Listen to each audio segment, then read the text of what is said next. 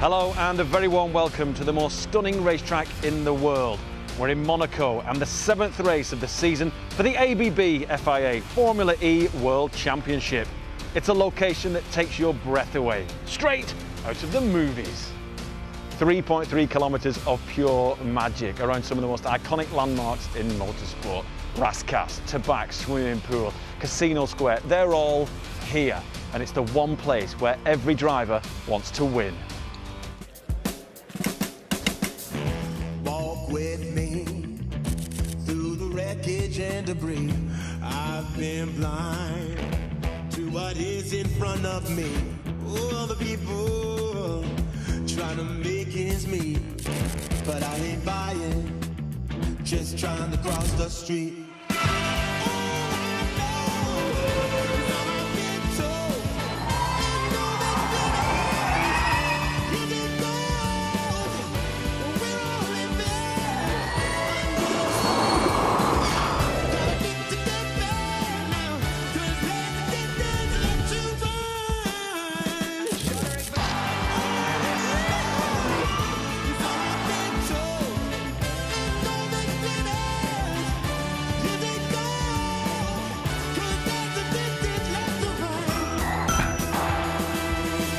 Action!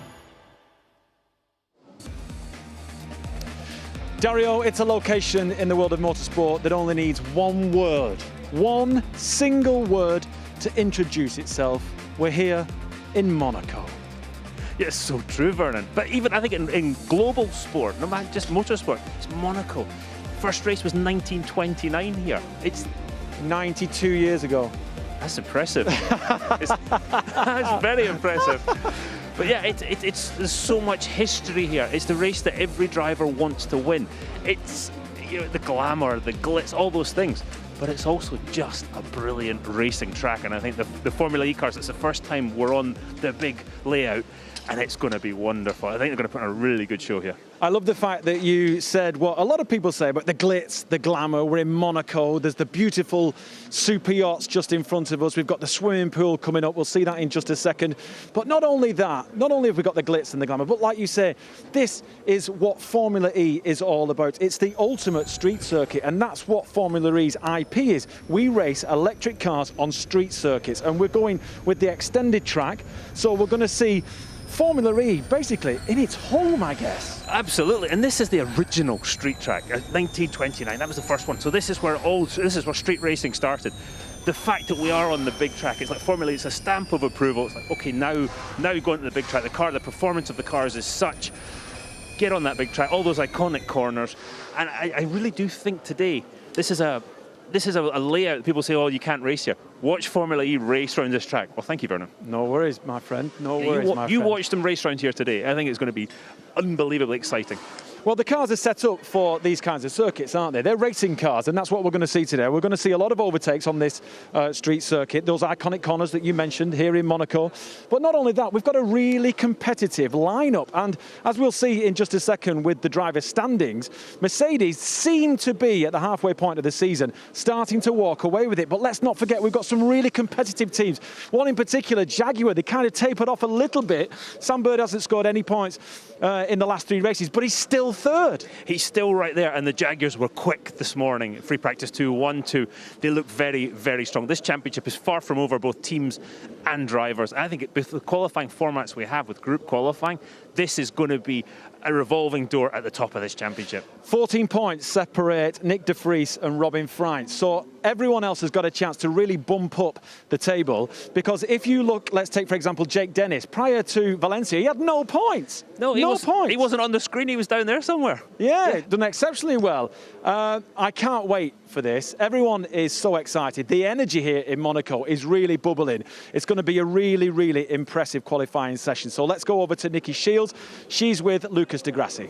I am a driver who has a lot of history here in Monaco. Lucas de Grassi, 2 second places on the track, and this of course is your home race as well. Tell us, why is it so special to race in Monaco? For me, Monaco is the most special race of the season. It's my home race. I've been living here for 11 years. And the track is just so historic, iconic. It's so nice to be racing the full circuit this year. It's really a pleasure when you're driving around. So talk to us about what's going to happen today. I mean, why is and how critical is qualifying going to be compared to other racetracks? This year, the cars, all the cars on the grid, are very close together. It's very difficult to overtake in the race, although here in Monaco, very, very much possible in Formula E, but qualifying is very important. So if to have a shot of winning a race, you have to go to Super Pole, that's it. And the fact that obviously, you know, you were here in the first year when we were racing on the shorter version, it must be pretty special to now do the full 3.3 kilometre long circuit. Yeah, it's a natural evolution for Formula E. I was pushing really hard to have already the GP track for Gen 2, so 2 years ago, which is basically the same car. Gen 1 was the correct way to do it in the short track, but this car now we can do over almost 30 laps here. The car is very fast, very difficult to drive, so it fits very well. Plus, in our case, we can overtake in Monaco, different from other series. And what's happening with you guys at Audi? Because, you know, obviously you're a previous champion of Formula E, but we haven't seen the pace that we're used to seeing from you, Lucas. Do you think, you know, can you turn things around today and start that championship fight? Nikki, look, in Rome, we were in a position to win a race with 2 laps to go and the car broke down, so the car is fast. But the championship is very, very competitive. It's very hard to see one driver dominating nowadays. You look at Verne, look at Buemi, look at all the other drivers. Before, I would say we had a bigger edge with the team, but now everybody has an amazing car here in the pit lane, so it's very, very, very competitive. So it's not that the car isn't good, but the level of the competitors have risen up quite a lot. Yeah, it's an unbelievably competitive, but we wish you best and hope to see you back on the podium. Thank you, we're going to fight. Thank you. Thanks very much, Lucas di Grassi. Well, let's go to this incredible track here in Monaco with Dario Franchitti.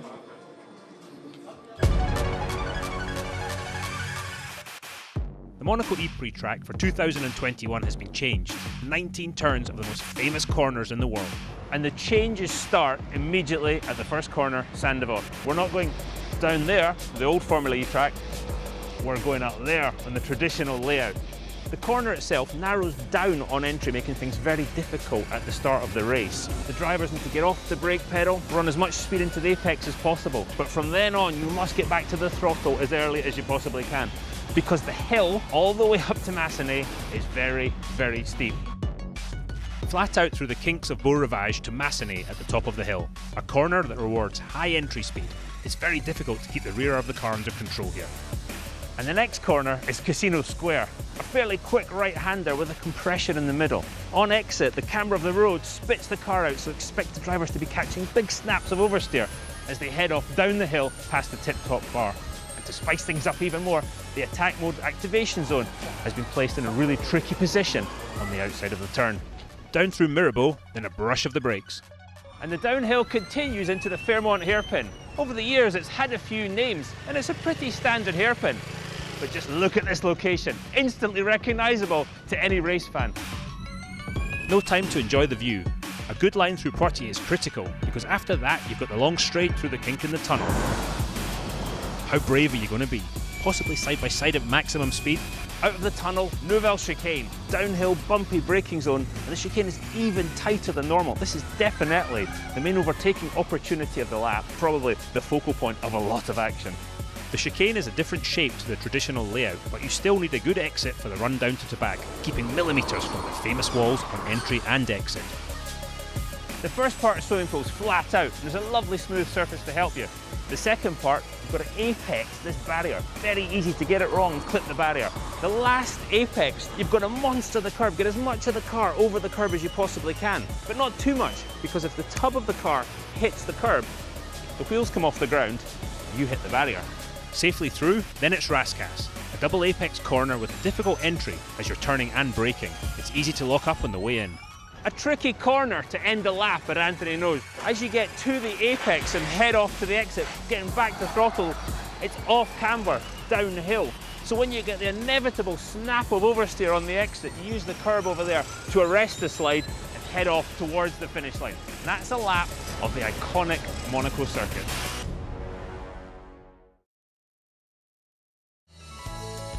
Monaco's so special on its own that if you're not excited and pumped for it as a driver, then you probably shouldn't be one. You always want to bring something more, an extra for this race, so I'm just super pumped for it. I think for Formula E terms, it's perfect. We know what sort of challenges street tracks and the walls and the barriers being so close sort of throws at us. You know, there's no room for error. And especially around Monaco, you need a lot of confidence. It's quite fast and flowing. You have to be right up against the walls everywhere. It's like riding a bicycle in an apartment. It's really difficult, you can do it, but it's easy to knock stuff over rather than cycling on outside, which is the comparison to traditional bigger racetracks. Now that Formula E is coming to race in the street of Monaco and has his own race weekend, it shows the importance of the series. It's a win that you want to have on your resume. Everyone knows Monaco, it's the most iconic street circuit in motorsport. Ever since I was a young kid, I've always wanted to race here. And to now, obviously, be here with Formula E, super excited. It's going to be a really challenging day, a busy day, learning the circuit, and then going straight into the qualifying and race. I'm familiar with the track from my Formula 2 times, and yeah, I always really enjoyed racing here. It's a special venue. I'm very much looking forward to it. We're all very, very proud to bring those Formula E cars here on this track and deliver a good show on the long track this time as well. So I think that will be very, very exciting, and I can't wait to get started. Well, one of the rookie drivers this weekend looking to impress is Nick Casti. Nick, this is the first time you're racing in Monaco. How special is that feeling? Yeah, it's really special. It's really cool. Obviously, big quali coming up, but it's really nice to be here. We talked a lot about how much history and prestige there is at Monaco. Why is that? And does it sort of affect the way you approach this race? You know, does it bring more nerves? How are you feeling? I think not in terms of nerves. Every weekend I'm going into right now, I have my own little goals on not a result, but how I want to put the weekend together. But in terms of coming here, it's such an iconic place, right? And you know, we've been watching this race since we're little kids, and now to be here for an E-Prix on the full circuit is really cool. And how was your first experience in pre-practice 1 and 2 earlier? I started out almost too good. I went out the box a bit too quick. So FP1 we're quite good early. Probably didn't really go I wouldn't say the right way, but we didn't really make the gains we wanted to for FP2, and hopefully we come back with it for quali. And how are you finding settling in at Formula E? Because, of course, you are one of the rookie drivers. You managed to put it on pole in your fourth race. Your fourth in Valencia. You're really starting to settle in. Yeah, I settled in okay, I think. I don't know what everyone else thinks, but I feel pretty good. I just need to put the day together a bit better. I mean, I can have strong practices, strong qualities, strong races, but it needs to be there in one to do something special, I think. And are you getting on well still with your teammate Robin Fries? Is he giving you some tips and pointers? He's just in the car now, go ask him. Should we ask him? We'll get his feedback. You're still speaking to each other though? Yeah, occasionally. Yeah. Brilliant. All right, well, thanks very much, and good luck for your first race here at Monaco.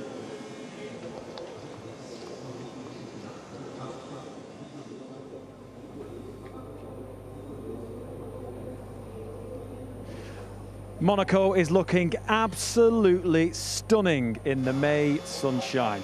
We're all set for qualifying for this afternoon's race, and to take you through it, our three-time Indy 500 winner, Dario Franchitti, and the voice of Formula E, Jack Nicholls. Thank you very much, Vernon. Very looking forward to this qualifying session here this afternoon on the streets of the Principality. The iconic track, the iconic corners, and the top 6 in the championship in Formula E going out first of all. Nick De Vries, Stoffel van Dorn, Sam Bird, Robin Frijntsen, Mitch Evans and René Rast. The 2 Mercedes, the 2 Jaguars, an Envision Virgin and an Audi going out on track. And the 2 Jaguars were quickest in free practice 1. And the teams are so unsure, Dario, of what you can do from qualifying Group 1. Is there going to be no track evolution and you've got a shot at Superpole, or is there going to be lots and you're going to be starting 18th on the grid? They're not 100% sure. No, absolutely not. And I think that if any of these guys can get in from Group 1 into Superpole today, they're going to have a good shot, especially the Jaguars you see on screen. They look very, very strong in free practice too. And the cars actually look quite quiet on circuit. A lot of other guys were catching big snaps of oversteer, all these different things. They look very, very smooth, very assured. So, yeah, if the Jaguars can get anywhere close to Superpole, I think the rest of the field's going to be in trouble. And now let's see what happens with this first group of qualifying with regards to, well, Van Dorn looked like he might be creeping forward and ready to head out already. The Mercedes crew, as we see Daniel Caffey out there in the Envision Virgin Racing garage, Van Dorn this is, quite often just goes out, gets on with the job, and we'll see whether Mercedes do that. They tend to not get involved in this game playing of can we be last across the line. Yeah, especially when they start slowing, the lead car and group starts slowing everybody down. Yeah, we don't need that. We need a good clean qualifying session. And because they don't know about track evolution, though, how aggressive on strategy will they be in this first qualifying session, this group 1. 3 minutes left on the clock, so a lap time is 1 minute 30. So if you want to do your out lap, prep lap, and push lap, you'll have had to have gone by now. Yeah, exactly. I was doing the maths, I was counting my fingers. No, so that's why I was speaking really slowly, because I was trying to speak and add it up at the same time as Tower gets ready to release Robin Freitz, named so because of his height. But it looks like they're all just going to do out and push. Yeah, we saw that this morning as well. That was definitely the way. I think because of the length of the circuit, the level of grip as well, this beautiful asphalt in Monaco. As we see the Mercedes head out onto pit lane, yeah, I think the asphalt's got enough grip. They can get out there, get the temperature they need into the tyres, and off they go. So Mercedes happy to just, let's go, let's head out there. De Vries ahead of Van Dorn, and then it is Bird, and then it is Evans. 2 minutes to go, so they've got a sort of 30-second window, which is not absolutely huge, and the two Mercedes immediately swapping positions, so interesting. It's not a huge buffer. Here's De Vries. How much margin I have to the flag? 16 seconds margin at the moment. I'll keep you updated. See, De Vries at the front only has 16 seconds margin. Yeah, and he could slow down, as we saw in Rome. Oliver Rowland, I think, slowed everybody down. Yeah, I would be, if you see the Jaguars there, I think Sam Bird the first one, I'd be keen to get past the Mercedes, get a nice clean track, and take whatever track conditions you get. So here they come down towards Portier. Sam Bird, into the back of Stoffel Van Dorn. Yeah, and Stoffel looked like he slowed down a bit at the apex. De Vries has been an idiot. He's brake checking Sam at. Sorry, it's De Vries, my apologies. So it was De Vries that Bird went into the back of. Still 55 seconds to go. Oh, he's doing it again. He's absolutely stopping De Vries. This is not. It's in the rules. Oh, and a block in qualifying. Come on, guys. This is not good stuff from Nick De Vries, I don't think. Here they come. Obviously, they're at the front, so they can sort of choose the pace as much as they want. We've still got 35 seconds. I think we'll be all right. 14-second margin still. And De Vries being told you've still got a 14-second margin.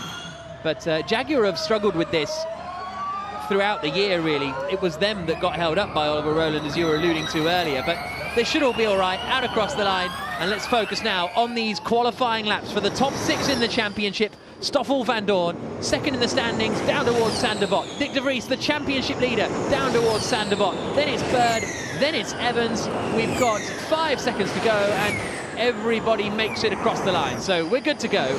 Through Sector 1 we come. And Stoffel Van Dorn, he's won here in GP2, has his Mercedes teammate Nick De Vries, so he knows the track very well. But it feels a lot different, though, in a Formula E car.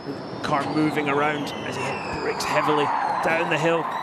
Looks neat and tidy. Bit of understeer, though, through the middle of the corner. De Vries is 2/10 quicker than Van Dorn and Bird and Evans through Sector 1, but it's Robin Freitz who's quickest of anyone. Rast is quicker than both of the Jaguars as well. So Jaguar, who look like they have the pace advantage in free practice 1 and 2, not at the races in the first sector. And a lot of it's to do with getting the tyre into the operating window. Maybe they haven't done this. With quite a narrow range, they come down to the heavy, bumpy braking zone into the Nouvelle chicane. Look how tight the chicane is. You see Stoffel Van Dorn go through there. That's the new addition for Formula E. Slows the lap time quite considerably. Van Dorn now up towards Tabak. Then we'll get the second sector split as he swings it into that left-hander. This qualifying session could be so crucial for the Formula E World Championship, and it's Bird who's well up on Van Dorn and De Vries. De Vries has had a horrible middle sector. The championship leader is in big trouble on this lap. Robin Freitz is quickest of anyone in Sector 2 as well. The Dutchman absolutely flying around the streets of the Principality. Here comes Van Dorn towards the line. The first benchmark time is a 1 minute 32.277. De Vries comes across the line. He's 8/10 slower. Bird is into third. Evans to the top. Freitz to the top. Rast into third. Robin Freins, quickest in Group 1, a 10th ahead of Evans, 4 tenths back to Rast, 6 tenths to Van Doorn and to Bird, 1.4 seconds to championship leader Nick de Vries. He's at the back of the grid for this race. Yeah, absolutely. Even if there's a little bit of track evolution, that's a big gap. Although we have seen that the track itself, Jack, is so fast and flowing with so many compromises. Let's hear from Robin Freins.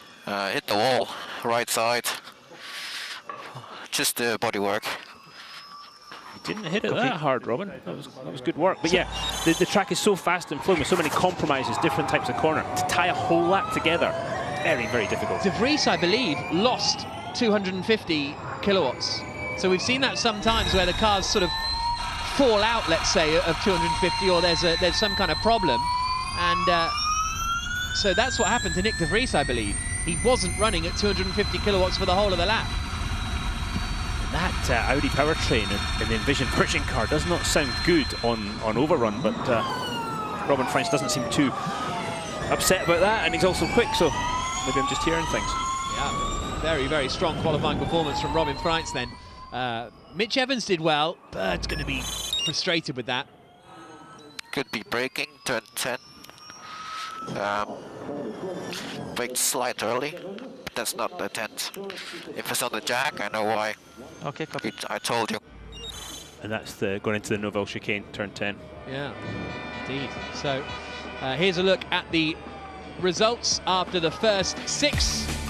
And it is Robin Freins who is quickest. A 1 minute 31.638. A 10th away from Mitch Evans.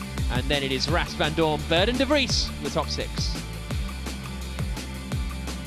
Qualifying Group 2. We'll see Jean-Eric Verne, Jake Dennis, Eduardo Mortara, Pascal Wehrlein, Nico Muller and Oliver Rowland.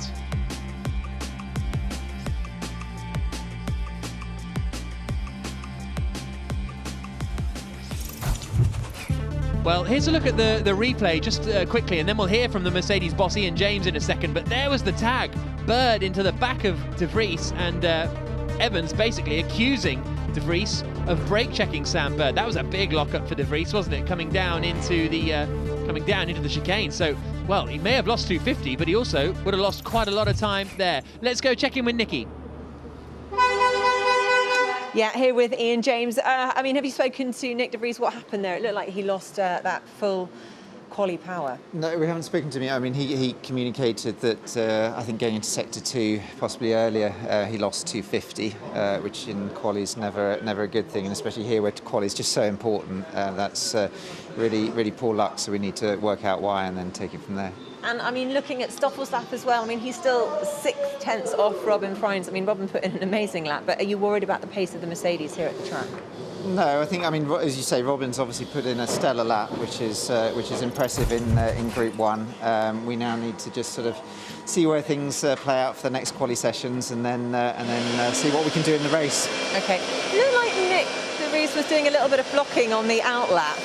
Is that acceptable? Is that sportsmanly? I think we saw from the timing there was plenty of time left, so I don't think there was really any necessity to sort of get quite so close there. It's part of the quali format that we've got at the moment, that there's always that danger and there's always that jostling for position. Yeah. But as I say, nobody was really up against the clock, so hopefully nothing to worry too much about. Well, he's just arrived back, so we'll let you have the debrief. Thanks very much, Ian James. Interesting point there from Ian James, saying, well, we had enough of a margin, so everybody needs to chill out a little bit. Is that, or if you're behind someone, do you sort of assume you're going to get stitched up almost? I think every team boss defends their driver. it was interesting there. I think it was 2 drivers who probably tell you they were absolutely right. As you see, Oliver Rowland looks like he's possibly going to do a prep lap as well. He's got the super group. If you took every qualifying position of this season, he is the best average of anybody so far this year. He's really done a great job in qualifying. Pascal Wehrlein in the Porsche is second in that group. So this is a pretty punchy, well, they're all punchy qualifying groups. One thing to think about, look how dark the asphalt is. It takes the sun, it gets much warmer. The tyres lose grip because of that. So I think that makes Robin Freins' lap even more impressive from Group 1. Yeah, 31.6 for Freitz. We'll see whether anyone can get near him in Group 2. On board with Jake Dennis, who's suddenly in Group 2 after that win last time out in Valencia. They are doing out lap and then a push lap.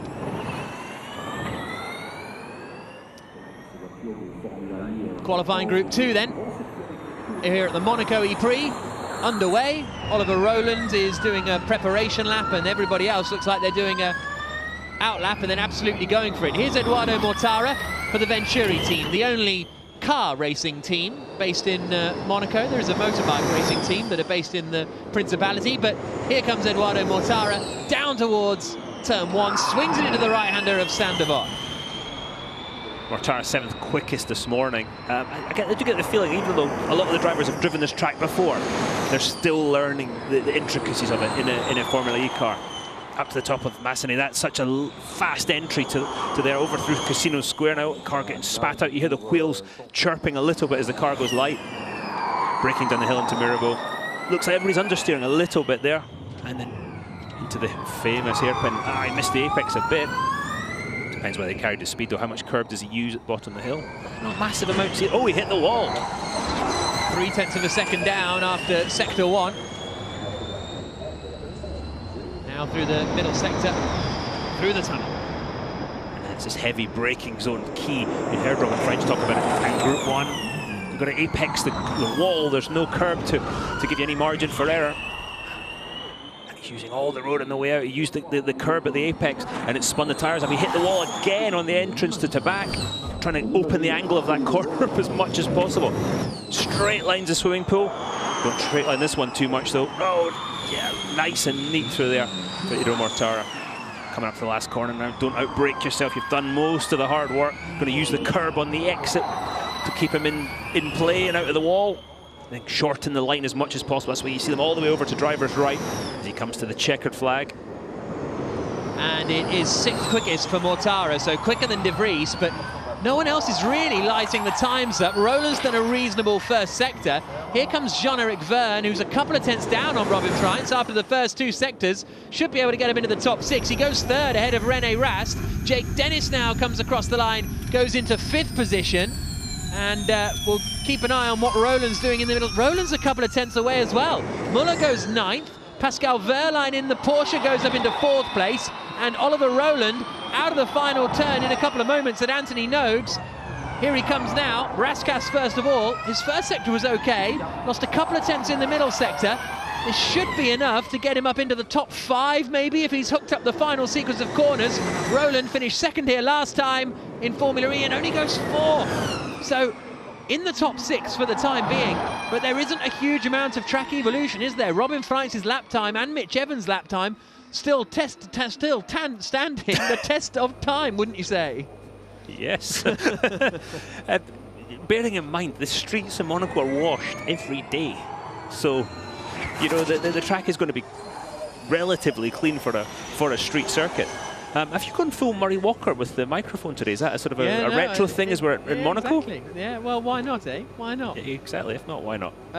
Roland saying that his Delta was not working in the car, but I guess for a 1-lap flying lap, does that matter? I used to switch mine off because I got too excited when it was up. But literally, your Delta, it tells you on your dashboard when you're up or down to a predetermined lap time. That's what your Delta is. And so some drivers really rely on it. I literally had to switch it off though. So I never had one. Probably because when I started, we didn't have such things. We had mechanical gauges. So we are halfway through the qualifying session then, or at least halfway through the group period of qualifying, and Jean-Eric Verne returns to the pits. Freitz, well, here's a look at the results after 12 drivers have been. Robin Freitz quickest, a 1:31.638, a tenth ahead of Evans, Verne, Rowland, Wehrlein and Rast, the top 6. Half a second separating them, so there's still some quick drivers in Group 3 that can slot in, because Nick de Vries in 12th place, he will qualify last unless someone else crashes. Yeah, your championship leader, Nick de Vries. And it's the days of starting at the back and heading up to win the race are gone. So if you want to win the championship, you have to minimise those difficult days. And here's Group 3 and 4. So Sims, Da Costa, Lynn, Lotterer, Cassidy and Turvey in qualifying Group 3. De Grassi, Sede Camera, Gunter, Boemi, Nato and Blomqvist in Group 4. But let's check in with our championship leader, Nikki.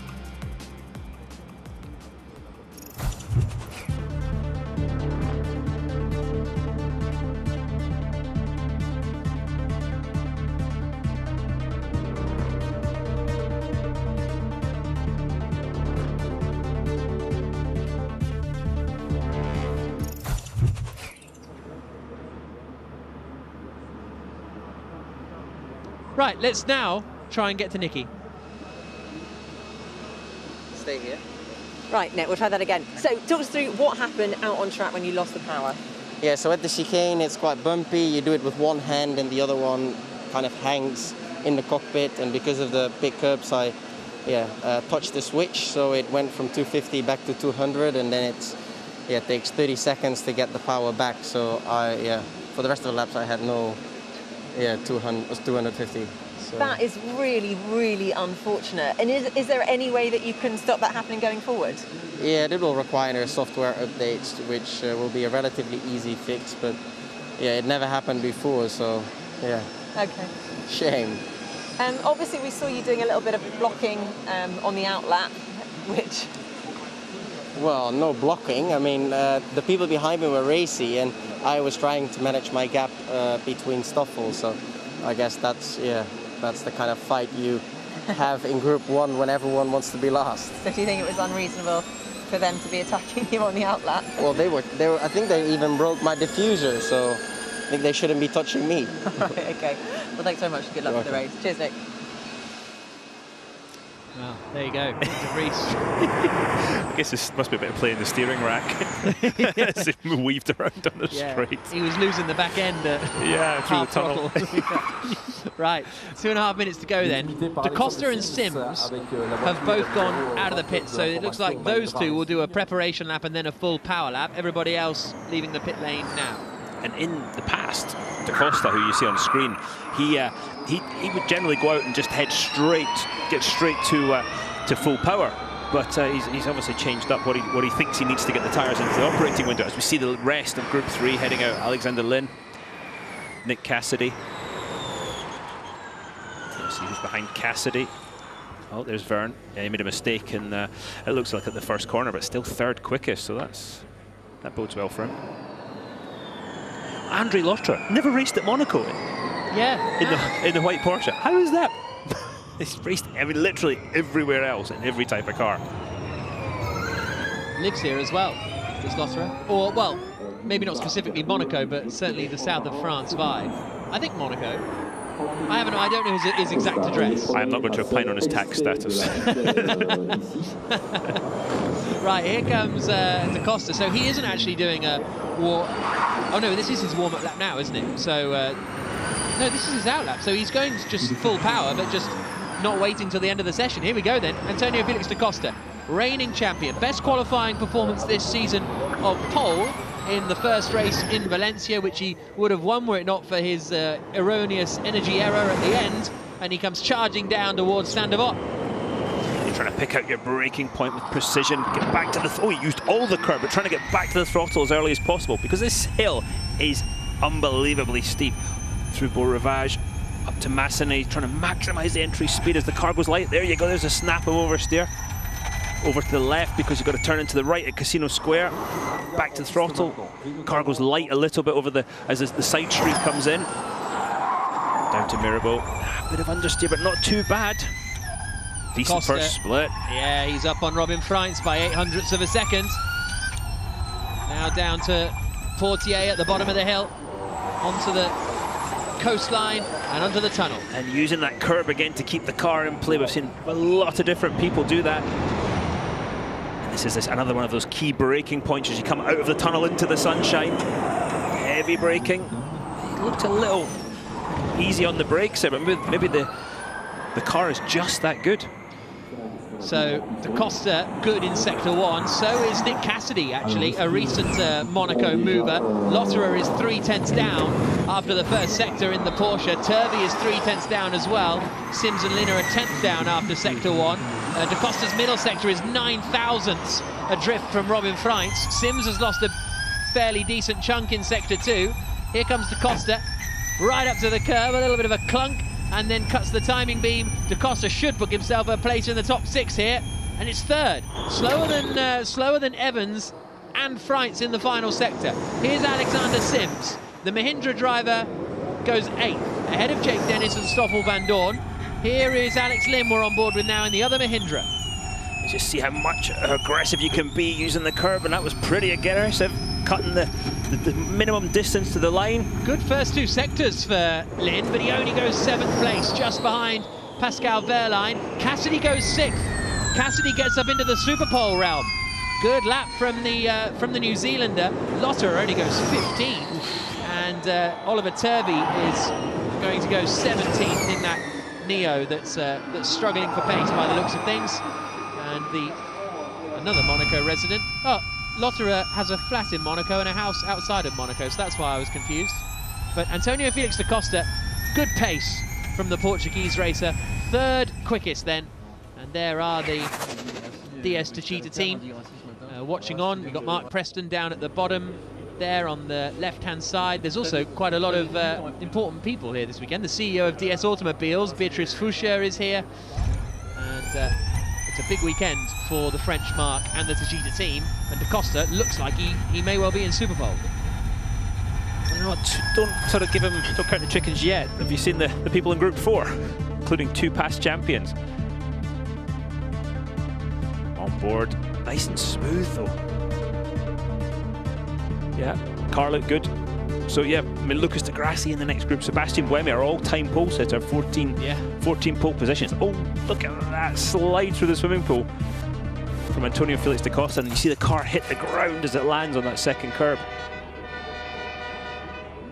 So Robin Freitz is quickest at the moment. He, Evans, Da Costa, Verne, Rowland and Cassidy are the 6 drivers that will be, as it stands, advancing through to Super Pole. 2 Envisions, 2 DS Techeetahs, Rowland and Evans, the Nissan and the Jaguar. Wehrlein just missing out, Lin 8th, but look at that, Nick de Vries down in 18th.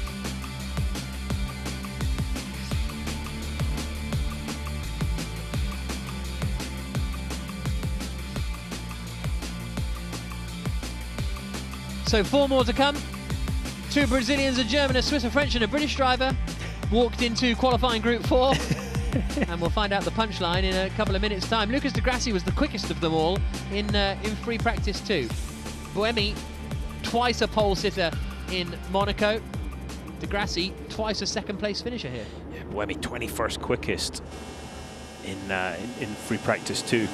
But there's so many tales of traffic and everybody going out with 3 minutes to go, and so I'm not sure we really saw the proper story in free practice 2. So I believe that I think the issue with Oliver Rowland's lap time delta was that it said he was well up, so he took it steady into Raskas and through the final corner just to make sure he got to the end of the run supposedly. Let's go down to Nicky. Well, we knew it was going to be close, Mark Preston, but this is getting a bit ridiculous. 2 tenths between the top 6 drivers at the moment. Yeah, I mean, a lot of them have been here before, haven't they? And it's one of the favourite tracks, I think, most drivers in the world. So, yeah, it's looking exciting. Hopefully we can stay there for Super Pole, and then we can have an exciting race. So, fingers crossed for this Group 4 now. Yeah, I mean, obviously Jean-Eric Verney's won here before. How is he feeling ahead of the race today? Very relaxed, I believe. He's just enjoying the day. It's a beautiful day. Not too much wind. A lovely day out driving in Monaco. So yeah, he's all good.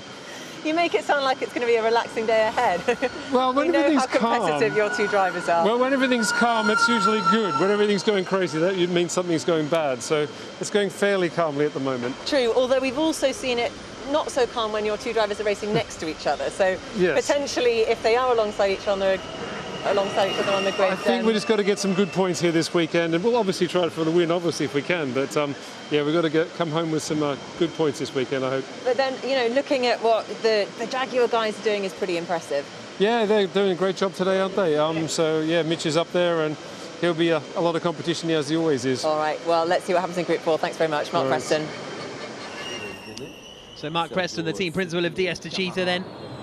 And 2 cars in the top 6 at the moment. We'll see what Buemi, Gunter, Nato, De Grassi, Sete Camera. Blomqvist is still in the pits, that's okay, he's got time then, but deciding to go out a little bit later, Tom Blomqvist. As De Grassi comes down to Mirabeau. He never finished on the podium in his junior Formula visits to Monaco and retired from his only appearance in the Monaco Grand Prix, but 2 second places in Formula E.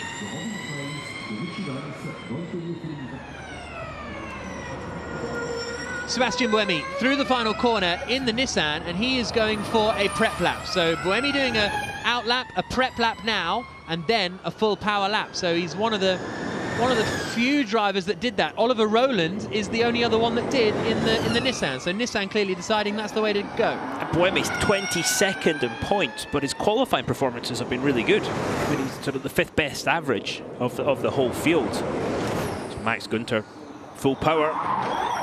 Oh, full curb as well. Fantastic on board. Driver's eye view. This is the actual right next to his eye, so you get to see exactly what Max Gunter's looking at. Look at this completely blind corner. It just keeps going on. You got to find position for Casino Square. Watch the bumps as he crests. Oh, bit of a snap of oversteer. Finally. Thank you. I've been talking about that all day, and somebody finally did it.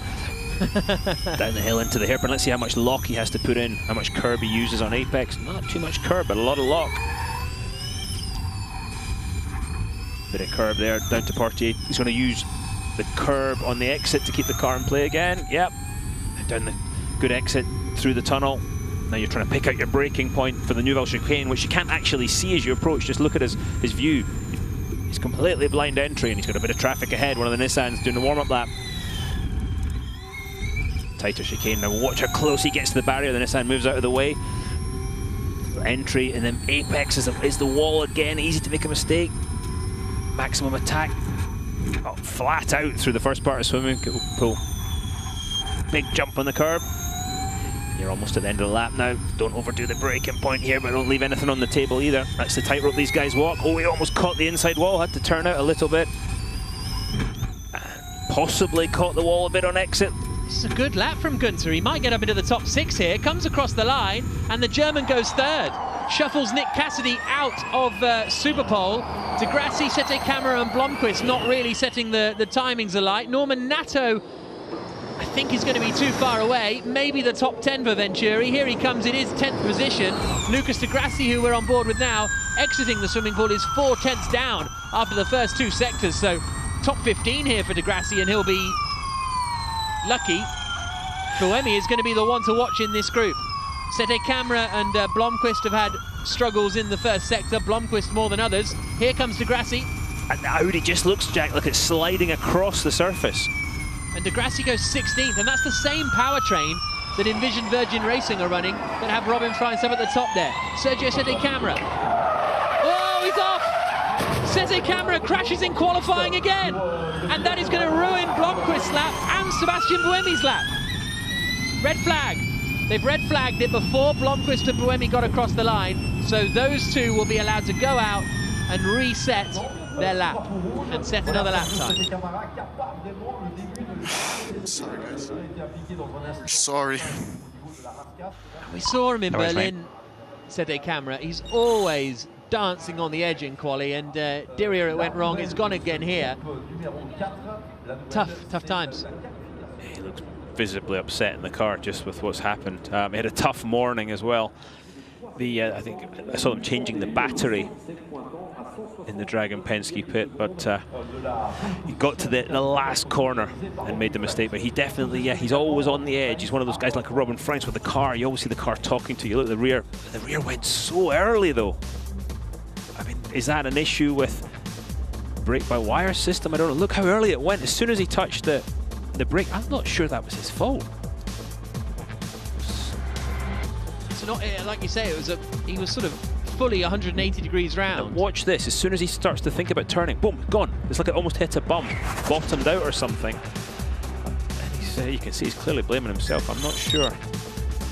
And where did that come from? Buemi's in now, clear to go. Go now. Where did that come from? Was Sete Camera, so he seems a bit perplexed as well. Yeah, I'm asking the same question. And he's been pretty honest when he's made mistakes. He's been, yeah, that was my one. I'm sure that one was Sergio Sette Camera's fault.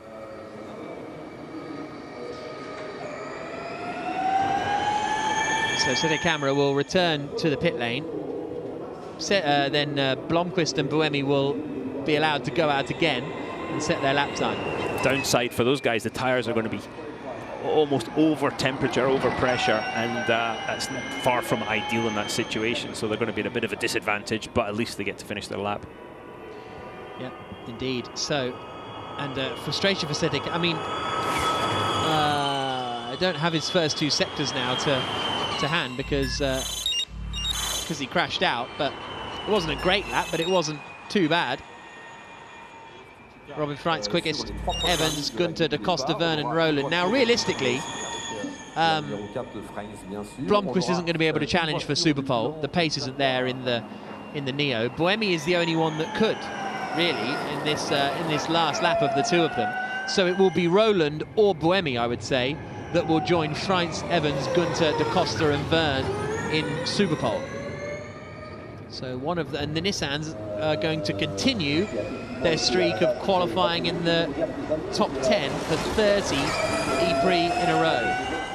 It's quite remarkable, really. It really is. I don't even know when 30 takes you back to. I haven't, certainly a third of the way back. Because what are we? Well, this is the 76th Formula E race, so 46, I guess, whatever the 46th race was, which would have been season 5. Start of season 5, maybe? Now you're impressing me, Jack. Because season 5 Hong Kong was the 50th race, wasn't it? So, do you remember anything that happens in Formula E? I don't remember anything about anything, really, Jack. I bashed my head a few times. Let's check in with Nikki at Dragon. Yeah, I am. I'm here with the CTO, Nicholas Mordi from Dragon. Obviously, Sergio Sette had a bit of an issue stopping on track this morning and just didn't really get enough track time and practice time in. Have you spoken to him, and is he all right? Yes, he's all right, and he's just spin up basically. So that's just what's happening in quali, because he had not so much time to prepare this morning with the short FP2. So that's what happened. It really is going to be such a challenge, isn't it? You know, it's sort of one incident that happens at the beginning of the day, and it can just filter through and really mess up the race. Yeah, that's true, but that's also what is a challenge of Formula E. So we just need to accept that and to race it as good as it can be. Push on through. Thank you very much, Nicholas. Good luck. There you see the reaction in the Dragon garage to that accident. There's Tom Blomqvist, who's going to be allowed to go out and set his fast lap. Now, I think that you just have to do an out lap and a push lap now. Yes. There's no out lap, warm up lap, and so Buemi is just going to go straight out. And I would expect this to be pretty slow, just to try and do anything to cool the tyres just a little bit. Yeah. If that would be what's necessary after doing 3/4 of a lap, I would say, at full qualifying pace. So, Buemi on board with him. 2 pole positions in his career before. 2 10th place in Monaco specifically. 2 10th places in the Monaco Grand Prix for Sebastian Buemi in his time with Toro Rosso. And this is driver's eye with Tom Blomqvist. Look how careful he's been with the steering wheel, trying not to put any energy through the tyre, to put any more heat through the tyre than he absolutely has to, just trying to cool it down, running quickly down the straight when the tyre's in a straight line. Trying not to wheel spin out in the corner. Buemi ahead, 15 seconds, it's all good. So they're all good for track, and there's no timer as well on this, it's just go out, do your lap, and then come back, please. So no stress there either. Buemi then. Not had a pole position for 18 races since the end of season 5 in New York City. And he was really a qualifying specialist, wasn't he, in the early days of Formula E? I think it was at season 2. He was sort of either on pole or bin it, and it was incredible. Well, they ended up with he kept spinning because they got rust in the brakes after the race in Punta del Este. The brakes got covered with sand, put in a container, and they all rusted up. So anyway, enough about the past. This is about the future, and Formula E and Sebastian Buemi, it's about the present. Here he comes down towards turn 1. And the lap's already started. When he exited the last corner, he had to get a good exit out of there, maximise his speed up the straight, used a load of curb, but the back of the car was already sliding from the apex off. Well, that was because he carried a lot of speed, or the car just doesn't have the grip. So we'll find out. Up to the top of Massenet. A little bit of slide on the rear again, but looked pretty decent through there. Good through Casino Square, back to throttle. First sector split coming in for Buemi. In a couple of moments' time, he's a quarter of a second away from France in sector 1, so that's a big, big deficit in the first sector. He didn't even get a chance to start his flying lap last time around. I mean, that's really going to be tough to gain that kind of time back. Absolutely. Through the, again, this is when you try to get greedy as a driver. You think, okay, I can make a bit more up on the brakes, and that's when the mistakes creep in. Out into the sunshine on this beautiful Monaco day.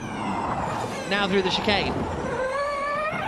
God, it's tight through that chicane. Yeah. Middle sector split coming up. When he flashes through to back. He's 3 tenths away, so he's got a shot at the top 10 maybe if he can really hook up this final sector, Buemi, which wouldn't be too bad considering. Blomqvist is half a second away in sector 1 through Le Rascasse. I thought he looked good through Rascasse. Anthony Nogues up towards the wall, neat and tidy from Buemi. Where's this going to put the Swiss racer? 13th. Blomqvist is 7 tenths away after the first 2 sectors, so he's going to be fighting it out with Oliver Turvey for the basically the slowest qualifiers that aren't De Vries. And you look at the amount of lock he's putting into the car at the middle of the corner, front of the car just sliding through the apex. That makes it very difficult to do a fast time. And Blomqvist goes 21st, so he does manage to out-qualify Oliver Turvey, which is a good effort, 0.003 of a second quicker. Blomqvist also making his Formula E debut, his Monaco debut. So there we go, it's a point for Robin Freitz at the top of the championship. So that closes that gap a little bit because you get a point for topping group qualifying. So Freitz is now up into 3rd in the standings ahead of Sam Bird. Attention all teams, this is race control. The Super Pole will start at 12:39. So Super Pole will start in 1 minute and 15 seconds time. Apologies for the language there if you caught Blomqvist, but if you didn't, nothing happened. Here is the results of qualifying then. Freitz on pole, sorry, not on pole. Freitz quickest in group qualifying. Evans, Gunter, Da Costa, Vernon, Rowland, the top 6. Rowland making it into Super Pole by 0.003 of a second, ahead of Nick Cassidy, who'll start 7th on the grid. Championship leader Nick De Vries will start 23rd on the grid. The other Mercedes EQ of Stoffel Van Dorn will start 15th. Sam Bird will start 16th. This feels like an open goal for Freitz and Evans, 4th and 5th in the championship.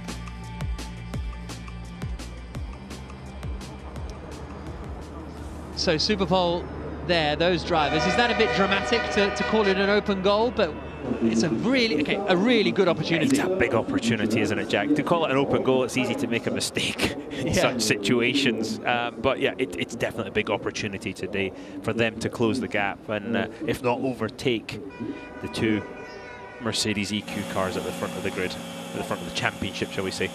And Oliver Rowland, another Super Pole appearance. Yeah, very impressive stuff from Oliver Rowland. Another top 10 start as well it'll be for the British driver, so that'll be 6 out of 7 races he has started inside the top 10, Rowland. And only his 2nd Super Pole appearance though, ironically, because he's always been out sort of in the first groups or in the rain, or he's always been in the top 3 of his group. He's topped it, I think, 4 of the 6 races, usually by 6 or 7 tenths of a second. And now he goes out onto the circuit. Joins the track. Only just got across the line before it went red at the end of the pit lane there, but he's on track now. You know, we talked about, well, you guys talked about Valencia, about the slipstream.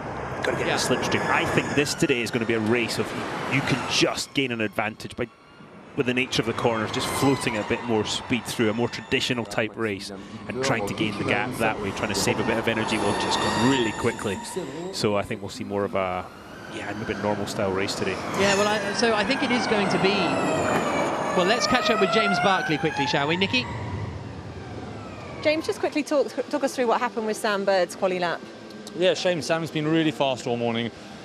This is the challenge of the qualifying format. You know, we leave the garage, and unfortunately, where we are in the pit lane means cars can come out in front of us. And Sam just couldn't prepare his tyres, couldn't get the temperature because he was really being slowed down by the Mercedes in front. And you know, you saw him really just trying to get going, and he tried to even get past and just couldn't get. So in that condition, you can't prepare your tyres for your lap.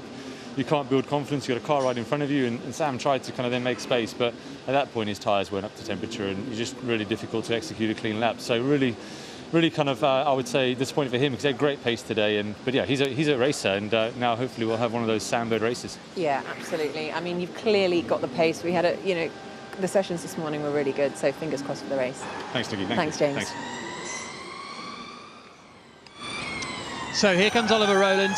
Sambird not getting his tyres up to temperature, not getting everything in the right window because he was held up by the Mercedes. But here we go, the first lap of Superpole. Rowland's under investigation for Superpole procedure. I felt like he might have missed the green light or something. Well, have a look back at that. Here he comes now into Sandervoort. Rowland up the hill.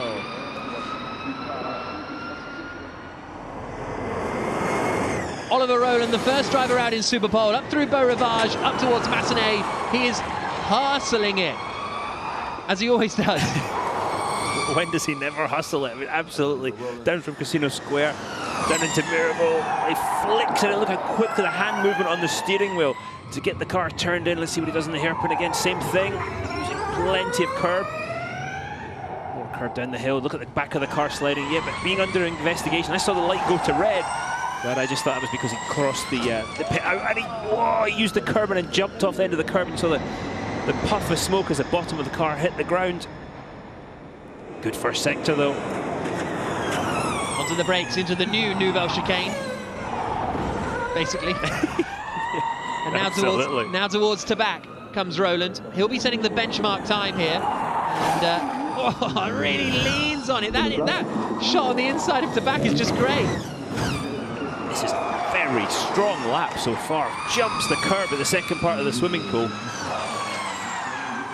Into the Rascasse, lock up. The lock up with the loaded wheel as well, but he got the car turned in properly. Rowland absolutely hustling it, as he does every time, using every inch of road, and the lap time is a 1 minute 31.547. Not too bad that from Rowland, but as I say, he's under investigation, and we will try and get to the bottom of exactly what that was for. It's a mighty lap. When you consider that everything's warmer, the tyres are probably not in their operating window. Now look at this. So does it go red? Oh, it does. I think he's just a bit too late leaving the pit lane. So that, to me, that seems a very obvious disqualified from Superpole. That's like we'll see. Wait and see the regulations. But his initial qualifying lap would stand, I would suggest, and he'll start 6th on the grid. Again, the stewards and the FIA will decide that, but that's what it sort of appears like. And those are the rules, but it's harsh. It's all that hard work by him and the team, and it comes to nothing. Jean-Eric Vergne taking it nice and easy as he comes down to the new Nouvelle chicane, as it's now christened. Yeah, exactly. Here he comes then. Towards the final couple of corners. The Frenchman. Up to Tabac. Tabac is such an interesting corner because there is no curb there. It's Armco, and Armco. Entry, apex, and exit. You've got to be so accurate with the car. Much like the second part of swimming pool. Now, this is the part you've got to really start thinking about the exit of the last corner to start your lap in the correct way. Back to throttle as early as possible, and off he goes nice and clean to throttle. Car was nice and straight. Here we go. Jean-Eric Vergne took pole position, well, started on pole position last time Formula E was in Monaco, qualified second behind, ironically, Oliver Rowland, but Rowland had a grid penalty. As some of you have said on social media using the hashtag Monaco E-Prix, Rowland's always under investigation for something, and that's fair, but Vergne really leaning on it through Massenet. The back end looking really, really compliant as he now comes through Casino Square. I would say it looks good so far from Jean-Eric Vergne, and it is a 10th up already. Back end was not really cooperating there, but through the hairpin, well, the car looks good. This is a good lap. Down to Portier. the drivers really enjoying driving these cars around this circuit. This circuit looks bigger somehow, doesn't it? Yeah. I think it's going to race like that this afternoon as well. A few bumps on the chicane. You can hear the braking zone for the chicane. Apex is the wall. This is a bit of a rhythm section, getting the car turned very straight out of the chicane up to the run to back. Up the middle sector, Jean-Eric Vergne is a quarter of a second up on Roland. This is a good lap coming in from the Frenchman. Bouncing over the curves on the exit of the swimming pool, but not dramatically. No, he's in a lovely rhythm with the car. Again, used a lot of entry speed, used the front tyres to scrub to slow the car down. What a beautiful, neat, precise lap from Jean-Eric Vergne. The two-time Formula E champion goes to provisional pole position. A 1:31.376. And that is the new benchmark with Da Costa, Gunter, Evans and Freitz still to run. Always good to do stuff like that when the boss is in the garage. Yeah, exactly. You can also see sitting next to Mark Preston, Thomas Chevauche, the new DS Performance Director, who's replaced Xavier Mestelin, who was in that role for quite some time. But it was all just nice and neat from Vergne. And maybe not the traditional line through some places. You see how straight you got the car through the Nouvelle chicane on the exit. Just right over the curb, like it's not even there. Look at the car hitting the ground. You see the marks on the circuit from other cars doing that earlier. All right, Da Costa, our current champion. So Da Costa this year, they are 3-all in terms of out-qualifying each other, but Da Costa has had a pole position in what was his only Super Pole appearance in round 5 in Valencia. Bearing in mind he's been coming out of Group 1 a lot, especially in those early times. Oh, Roland's lap cancelled from Super Pole. There we go. So Roland's lap time is cancelled, and he will be starting in 6th on the grid, basically. So Jean-Eric Vergne is on provisional pole. The other DS Techeetah now of Antonio Felix Da Costa, looking to try and get up there and fight the Frenchman. Championship-wise,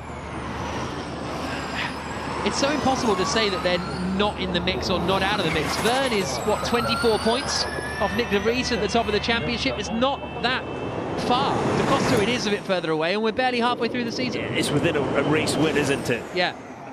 Within the maximum point score. What, Da Costa again, all over the curb at the apex of Saint-Devant, and up this steep hill through Beau Rivage, setting up, they're looking for the turning point, the braking point at Massenet.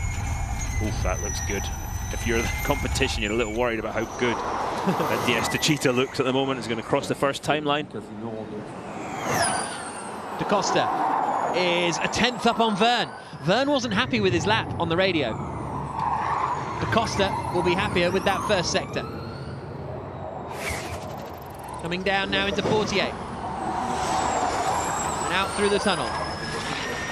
Didn't even use all the road there. Whether that's because he's got such a nice drive off the corner, he's expecting the car to have less rear grip than it actually had. It's just actually, it's a lovely feeling when that happens. We'll soon find out with the next split. On the limit on the brakes into the Nouvelle chicane. How difficult it is to get the car to change direction. Coming up to the next split in a second. Look how close he gets the walls through Tabac. He's a bit quicker than Vergne in the middle sector.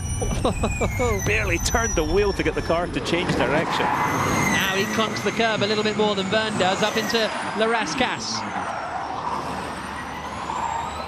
It flowed nicely through Rascasse. Let's see what he can do through the last corner. Anthony Nogues is cleared. Da Costa across the line. Is he going to beat his teammate to provisional pole? Checker flag falls. Da Costa quickest. Lost time in the final sector compared to Vergne. But DS Techeetah are in for a good afternoon by the looks of things. Both cars into Super Pole. They'll be starting at worst 4th and 5th. Here's a look at him down into Mirabeau. Look at his eye line, looking all the way down the straight, looking to the apex at Mirabeau. Again, nice and straight, same line that Vergne used out of the Nouvelle chicane. Very close to the barrier. Yeah, just a little bit. And here he was, just floating it through the swimming pool.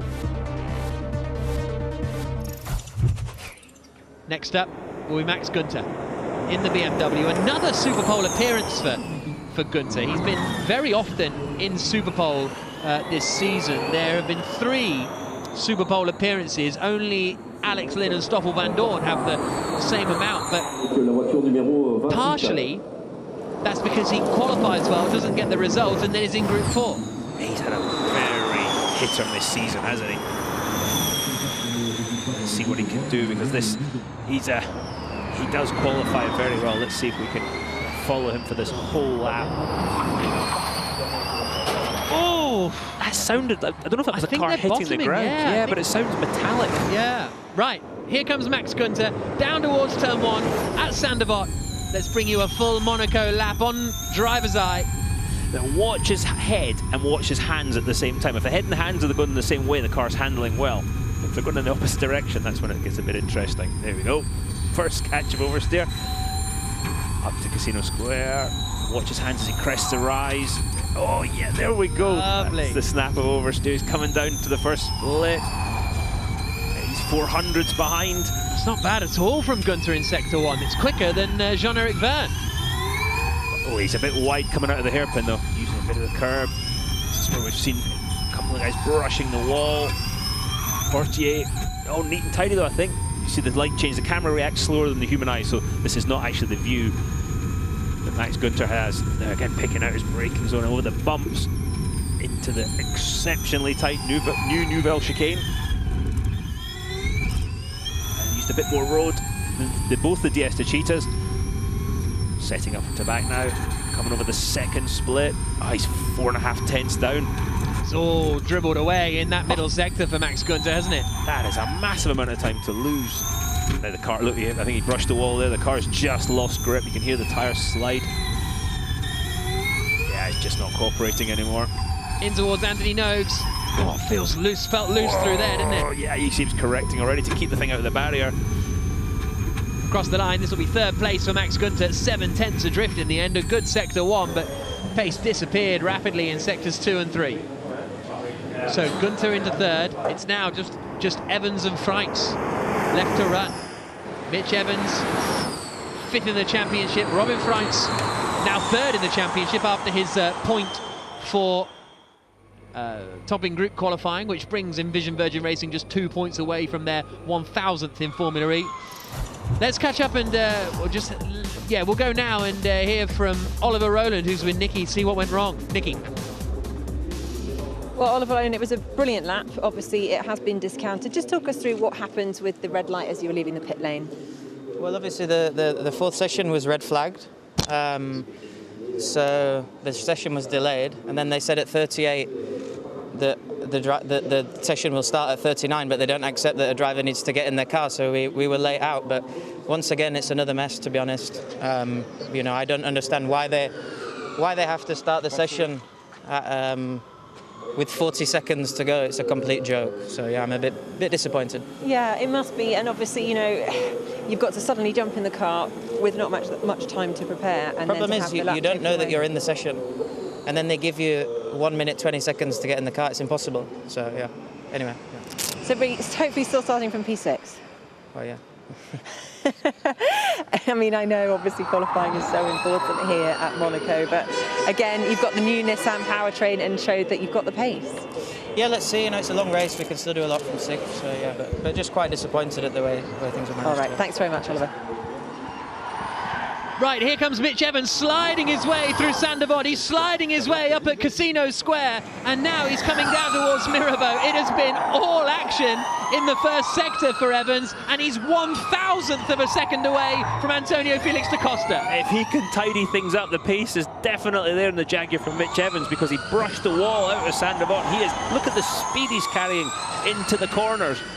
That was fantastic, but yeah, that was definitely an action-packed first sector. Evans now coming through the middle sector, flashing through the tunnel, down to the new Nouvelle chicane, onto the brakes. Left, right, left again, and we'll get his middle sector split as he comes through the left-hander here of Tabang. Is he up or down on Da Costa? He's down, but only by 700ths, right to the wall. Oh, he was in the wall that time. He used the wall to make the corner. And again, maximum attack. This is a mighty lap from Mitch Evans. It might not be quickest, but it's definitely the most spectacular we've seen. Absolutely wild ride. Evans up towards Anthony Noakes, swings it in, up towards the wall again. Da Costa on provisional pole. Evans and Freins left to run. Can Evans take it away? No, he's half a tenth away. 500ths adrift, but he splits the DS to cheaters. 8 thousandths ahead of Jean-Eric Verne. And he might not be on pole, but thanks for that, Mitch Evans. That was awesome to watch. Left it all on the table, didn't he? Sorry, left nothing on the table is what I mean. Maximum attack. Wow. So it'll be Da Costa or Freins on provisional pole. But Sander Vott, he was all up in there. Massenet all up in there. Yeah, he left the black lines out of the corner at Massenet. And then on the way, look, on the exit of Tabac, he just used the wall. We'll see in a second. Let's see if we can see that on the exit. Wow. Well, he said sorry on the radio, Evans. Don't apologise, Mitch. It was Mecca. Yeah. There's Jean-Eric Verne. Third quickest then. Look how tight that is between Da Costa, Evans and Verne. Unbelievable. And here comes Robin Freins then. Only took his first pole position in Formula E early on this season in Diriyah. Never had a particularly strong run at Monaco. But now the Dutchman, who's third in the championship standings, is looking to secure pole for the Monaco E-Prix. And this will be spectacular too. Robin Freins knows only one way to drive it. That's just slightly over the limit of the car. Just wants the car talking to him all the time, giving him feedback. He wants it sliding. And yeah, this should be good. Fasten your seatbelts. Here we go then. Robin Freins, who's full of one-lap pace. Has he got it today? Has he got enough to match Da Costa? Sander Vott. Much neater than Evans in particular. Almost looked sort of slow, didn't he? He was nowhere near the wall. Very non-Freins-like. That was phenomenal. Sander Vott. Let's see how he looks up at Massenet. Oh, floats it in, catches the oversteer. Envision Virgin car looks ominously good through there. It's really on rails, isn't it? We'll see what the first sector split is for Freins. He's 200ths away from Da Costa. This is going to be another super tight run. Got to say, the track here, Monaco's picking up grip with every car that runs on it. We're not seeing track evolution like we normally would, but we're seeing I would say, very high grip level, which means the tyres are going to be in for a hard time this afternoon. Freins now through the tunnel. Oh, he's locked up. He's got it in. Whoa. Right on the limit, Robin Freins. Freins into Tabac. Let's see if it cost him anything as he exits the corner. That's where the timeline is. He's a 10th away.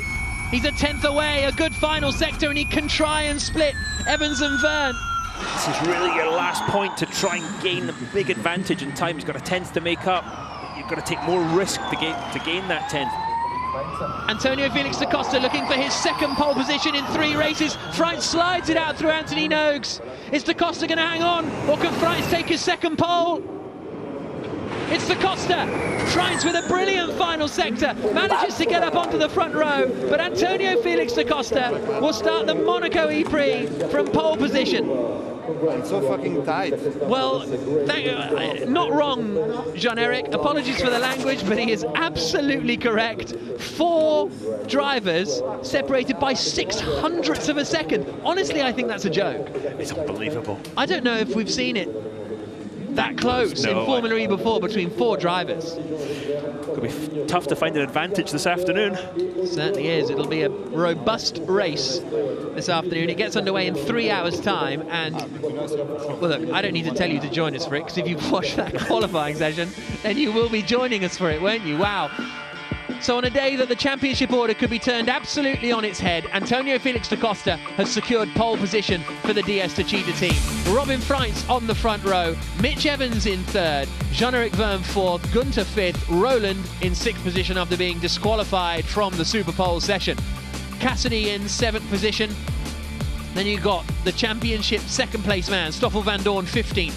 Championship 4th driver, Sam Bird is in 16th. Championship leader, Nick de Vries, 23rd for the Mercedes EQ team. Catastrophe, you have to say, that qualifying session for Nick de Vries. He's got a long, long afternoon ahead of him. What a Super Pole session that was. Da Costa on pole.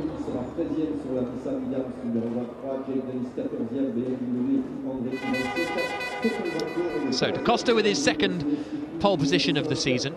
Robin Freins with his second front row start. And let's go with Da Costa on his lap up towards Sandervod at turn 1. Uses as much curb as he dares. Less curb than he managed in the group qualifying session. The reigning champion, remember. Look at that, one turn in up at Massenet. One turn in at Casino Square as well, a little bit of wheel spin.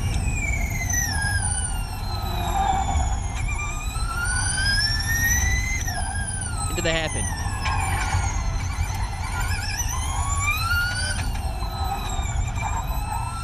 It's all just so neat and tidy, isn't it? On the power so early at Portier.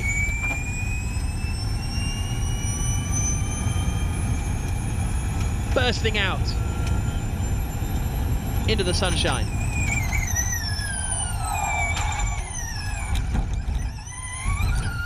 No drama at any point on this lap, was there? To back. Or a couple of goes at turning in. Pretty much flat through the swimming pool entry. Little correction on the exit of the swimming pool. Round Larascas, through Anthony Nogues, and that is how you take pole position for the Monaco E-Prix. What a lap. What a lap. Antonio Felix da Costa, pole position in Monaco, well done. Yeah, feels good. Feels good.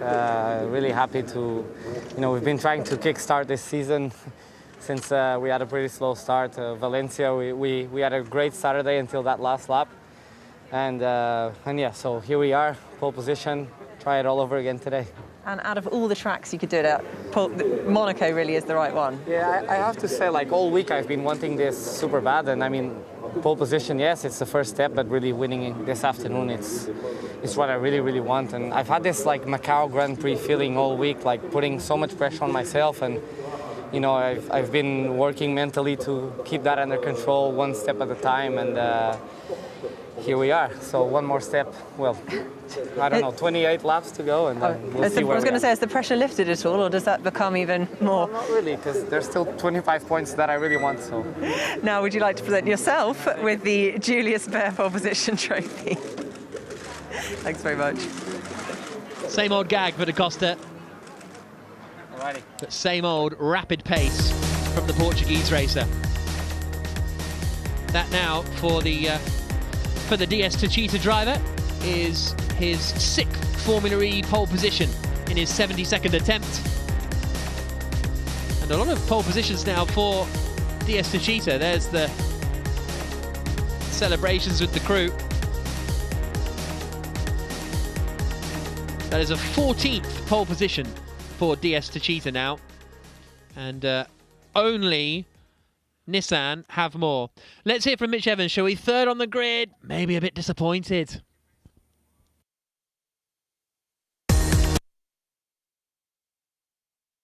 Great. Thanks. To be honest, I'm actually a little bit disappointed. I feel like there was more to come.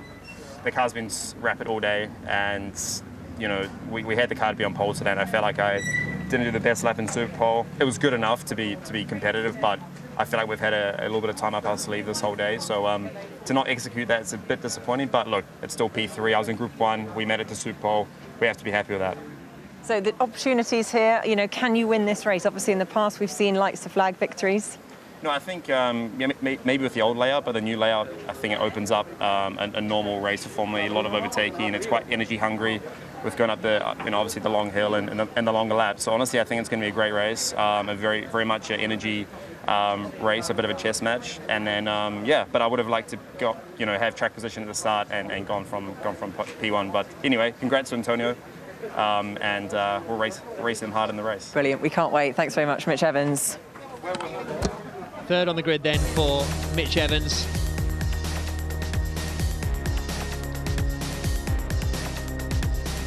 Really loose through the first corner, wasn't he? And then up at Casino Square.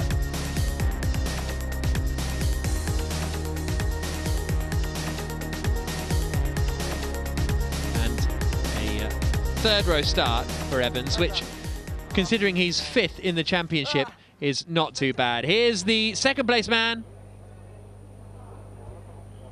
Absolutely phenomenal lap there, Robin. Talk us through how you're feeling starting from P2. The first group qualifying lap was already really good. So I thought like I had nothing really left on the table. Then I saw everybody doing 31 threes. Basically the top 4 was doing 31 threes.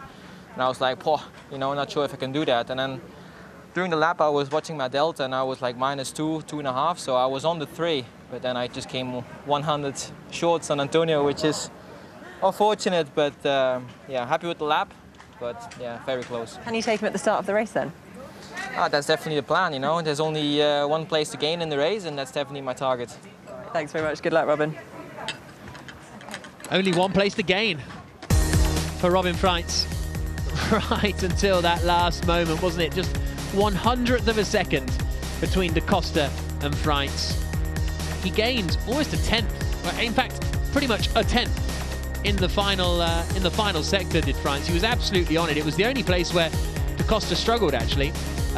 Worth noting that Roland's disqualification from qualifying or from Superpole isn't actually too effective because he would only have been 5th, so he's only lost 1 place with that because his lap wasn't actually that stupendous. So here's a look at the results after qualifying. Antonio Felix Da Costa quickest, a 1:31.317, 100th clear of Freitz, 500ths clear of Mitch Evans, and almost 600ths clear of Jean-Eric Vergne. What was Vergne playing at? Gunter struggled, Roland's lap time deleted. Cassidy starts 7th for the Envision Virgin Racing team with Pascal Wehrlein 8th for Porsche. Lynn and Natto the rest of the top 10. Raston Sims 11th and 12th for Audi and Mahindra respectively. So both Mahindras inside the top 12, which was a strong qualifying performance. Buemi 13th, Stoffel Van Dorn 15th, just 4 tenths away, but 15th on the grid. Bird 16th, and Nick de Vries. Can he score any points this afternoon, or is he going to lose the championship lead? Sergio Sinicamera crashing out of qualifying, and he's down in 24th place.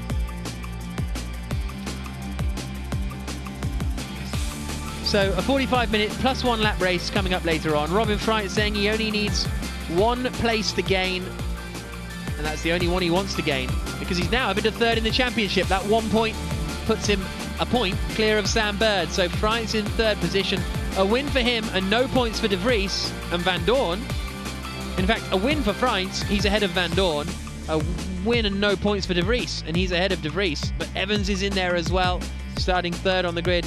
Da Costa down in 12th position. A win for him would take him to 52 points. So if he wins and Stoffel Van Dorn doesn't score, on the then it's going to be grid close. for your boys, 10th and 18th. What was the difference? We had a few issues with Ado. We couldn't get the temperature in the tyres on his out lap. With Norman, we had a few brake issues this morning. And like we see from qualifying, it is so close. You just need that one little issue. The driver loses that bit of confidence in the car. And it's a difference between starting at the front or at the back. For a team principal to be in charge of your hometown team as such, and we mentioned earlier on that your front door is literally 15 minutes that way. This must be really exciting and a special moment for you. Oh, it's hugely special. I mean, I live just that way. The office from Venturi is just over the rocks. So to have our HQ in this most iconic place, and you know, this is the jewel in the crown in motorsport, Monaco, and to see the Formula E cars on the Grand Prix circuit, it's fantastic and a special day for us. Obviously, we would have liked qualifying to have gone better, but let's see what we can do in the race. All right, thank you very much, Susie. Really appreciate it. Thank and good you. luck this afternoon. Thank you. All right, let's bring in the man on pole, Antonio Felix Da Costa. First up, I think we can do this. Congratulations. Stunning lap. Really close at the top, though. How come you're sat on top of everyone else? What did you do right? I don't know. I guess the wind must have gusted me out of the tunnel in a good, good way. I don't know. But it was special, and you must be really pleased to be able to start the Monaco E-Prix with the full track for the first time ever at the front. Yeah, if there's a place to do it, it's cool. You know, we've had a pole position in Valencia and another one here, so 2 in 3 rounds. That's great. It shows like we do have the pace. We've had a slow start to the championship. You know, not that we've not been quick, but just not really concluding and executing the race as well. So another shot today. Time to turn this thing around, and it's still this. You know, today is halfway in the championship, so a lot to go. Exactly. You said what I was going to ask you there. Time to turn it around because you are our reigning champion, and I must apologise. We haven't spoken to you that often. What's been going on in the garage with yourself and the car and the team? To be honest, mate, we've we've just done, you know, nothing's really going wrong, but we've just done really, really small mistakes that have led to big, you know, big loss of points. Myself, the team, all together, you know, we do win and lose together. So this is where we define ourselves. This is where we either throw the towel on the floor or we pick ourselves back up. Right. And the team has shown a great resilience to come Love back. that. Let's bring in Dario. Dario, are you going to stay there? Or I got told to stand here. All right, well, you stand there then. Yeah, what a superb lap. That was mighty. So close, Oh, though. man, so close. How difficult is it to find an advantage, and how much grip is out there compared to a normal honest, Formula E track? I was just saying, like, for me, I went like 99% because I'm just not in the place right now with the way we've built our season up to here to really go, you know, full beans and risk touching a wall or something. So I went like, I was comfortable with what I needed to do. The team said, okay, Jeff is quicker here. I said, guys, I'm not going to look for lap time anymore. I'm just going to do what I want and what I think I can. And man, it was just enough. Well, congratulations, and hopefully you will finish where you start. Antonio Felix da Costa, our reigning champion. Thank you very much. Thanks, Antonio. Let's welcome your teammate, a gentleman who's won back-to-back Formula E championships. Jeff, we were speaking during qualifying, Super Pole, and you were really disappointed with the lap that you put together. Just explain why, please. No, I'm not disappointed. I was disappointed with Not disappointed? From an outsider's point of view? In quality, yeah. In quality, because I locked up in T1 and I lost 2.5 tenths. And, you know, I thought my lap was dead. You know, when you start your qualifying in this manner, it's not the best. So it was difficult to, you know, be able to still do a good lap, stay focused and not trying to, you know, in general what you do is that you're trying to overcompensate, and that's when you do mistake and you go even slower. So I'm quite happy with the rest of the lap. That put me into Super Pole, and Super Pole I think was a good lap, but you know, this is this kind of quality where you can find half a tenth here and there and be on pole, you know. So P4, it's better than P15, I guess. It gives me a good shot at you know, I can see the guys in front of me quite close, so you know, I'm going to have a good eye on them and attack when I can. I love it. It always wears his heart on his sleeve, Dario. No, absolutely. How different is the race going to be today from what we saw in qualifying? A lot slower, obviously. You know, with the energy management, it's still an energivore track. So there's going to be quite a lot of lifting to do with Jen. Therefore, I think it's going to allow us to stay flat, you know, here and there. Maybe you have a shot at overtaking. So some good racing. Yeah, hopefully we're going to have some good racing this afternoon. Brilliant. Jeff, thank you very much. Guys. Pleasure as always. Thanks, Our back-to-back, well, not reigning champion, his teammate's the reigning champion, but back-to-back champion Jean-Eric Vergne. That was a special qualifying session. I mean, some of these guys were really hooning the car around. I said to Mitch Evans, I know you're not on pole, but thank you. Oh, it was amazing. It was unbelievable. This Formula E car has been doing things on this Monaco track that I don't think we've seen before. Now, the corners are quite long, and there's a good bit of grip, quite a smooth surface. You can really see the drivers floating it, especially on those super slow-mos through the swimming pool section. It's unbelievable to watch the driver at work and how they guide it, and you know, brushing off the wall as well.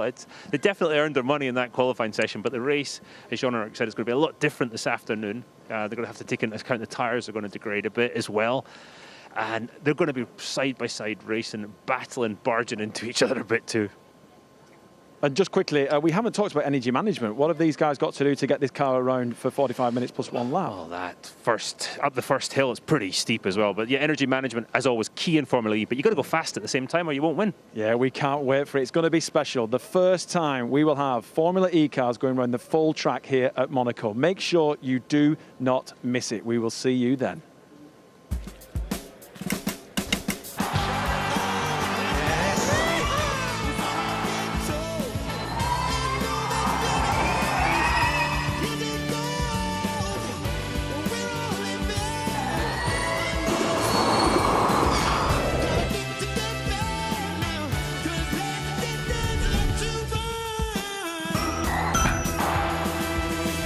Action.